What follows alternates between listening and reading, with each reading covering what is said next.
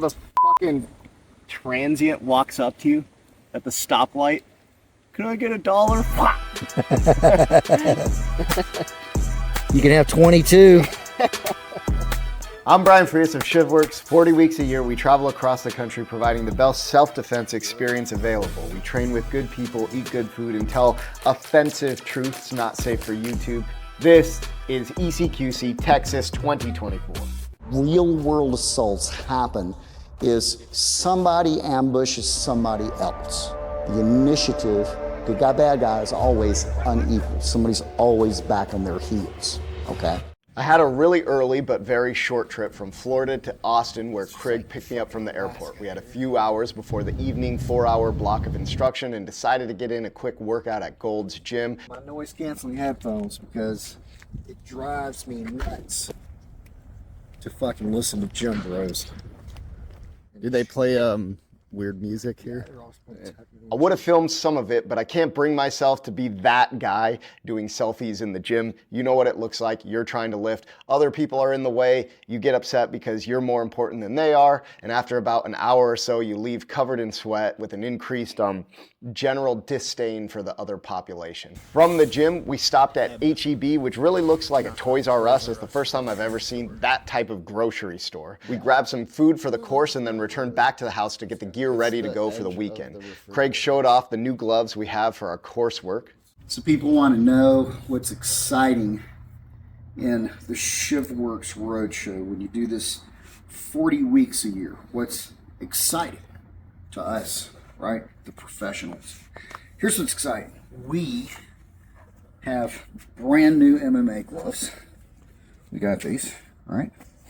And these MMA gloves are less expensive than the previous MMA gloves. So that's the first thing. Second, they're better. Third, we normally, our bag, right, our big equipment bag, we carry to every ECQC. The normal loadout is 10 pair of gloves, 6 helmets. We've got the knives, the training knives in the pockets right here, some of the inert pistols. What's exciting is because of these gloves and the size, I can get 12 pair, not 10. 12 pair glove. We see how I pack these. Brian, you need to pay attention because they're packed in an alternating color scheme, and that's how I want them done from this point forward. So not only... Couldn't have gotten all the same color. Not only can we get 2 more pairs of gloves in, so that's 12 pair of gloves in the bag covering 24 people. The bag with the helmets actually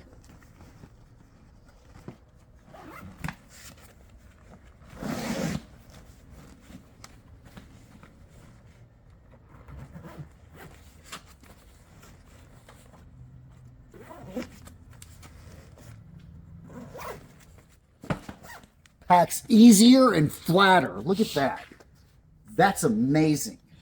That's amazing. That's exciting. It excites me. More gear, more efficient. It looks better. It weighs less. Aren't you excited? Played a little bit of fetch with the dog.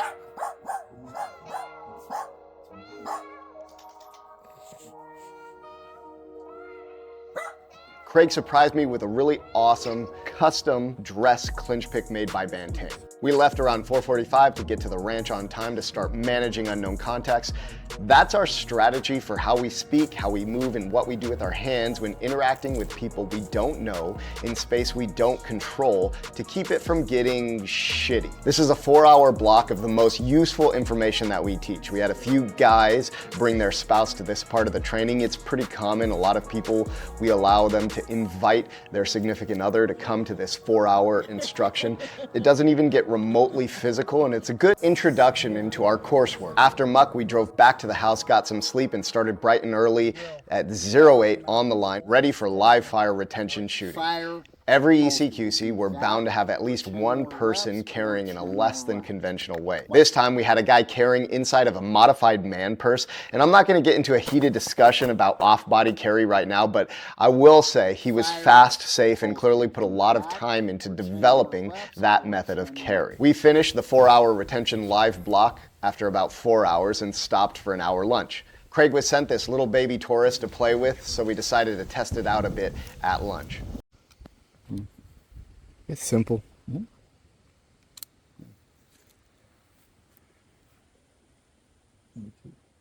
Long trigger.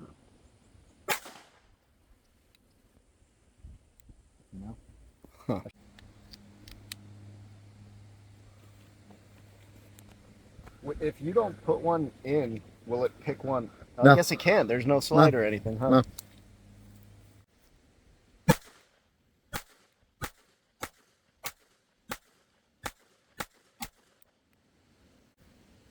It's cool. Yeah.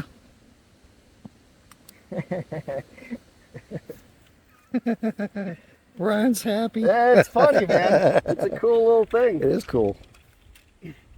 Little guns are cool. This is that, you know, the fucking transient walks up to you at the stoplight. Can I get $1? Flop. You can have 22. The other thing that's cool, 22 is cheap. Yeah. Yeah, it's inexpensive, so you just want to go out and like, well, bust some caps, man. Go get a brick of 22, man, and just have a fucking ball.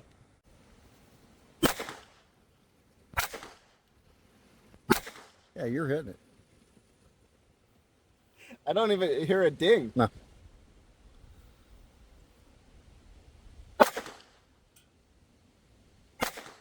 Yeah, you're hitting it. Man, I mean, fuck, a little bit of work, I could run that thing. Yeah. That's cool. For how it's intended on being used, it's a neat little guy. I really like it. It was fun. Everyone gathered up after lunch and we did a pat down and immediately started developing a base of wrestling for use in a weapons-based environment. Our goal is to ensure everyone, no matter their current skill level, leave the course being more difficult to knock down. We completed that base of wrestling, worked in-fight weapons access, and ended with our summarized ground instructional content. The evening of day one is completed with our first evolution of the course, a grounded 1v1, simulating you've been knocked down, possibly semi-conscious, with a guy trying to punch you. There's no decision making for this exercise, it's only an opportunity to test the day's content. For the purpose of the drill, the threshold of lethal force has been met. We finished up, grabbed some food, and drove back home to get some sleep. What's P stand for? It is like an in and out because fucking. Are you gonna eat or no? No. What's up? Day two starts at 8 a.m. on the live fire range. We completed the retention live fire block. After about 4 hours, broke for another 1 hour lunch, then started our full spectrum evolution. This is the most valuable and challenging part of the weekend. You, as the focus of the evolution, are carrying concealed a loaded training gun.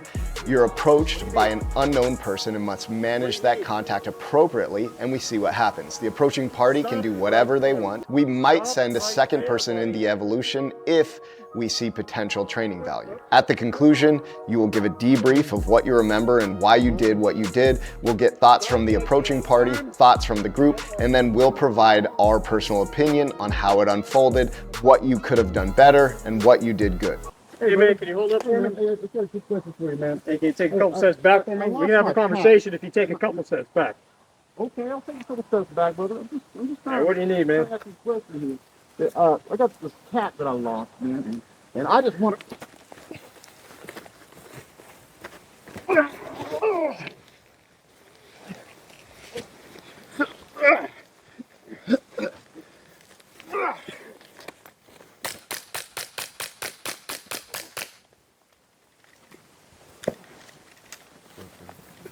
Boy.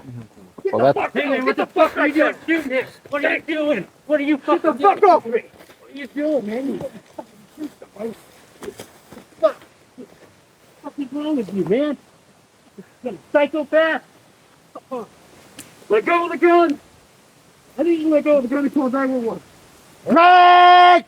Then what happened? You started talking about what? Some fucking cat or something. A but cat that he lost? yeah, but he looks He gave sketchy you some as shit. He looked sketchy. And why do he look sketchy?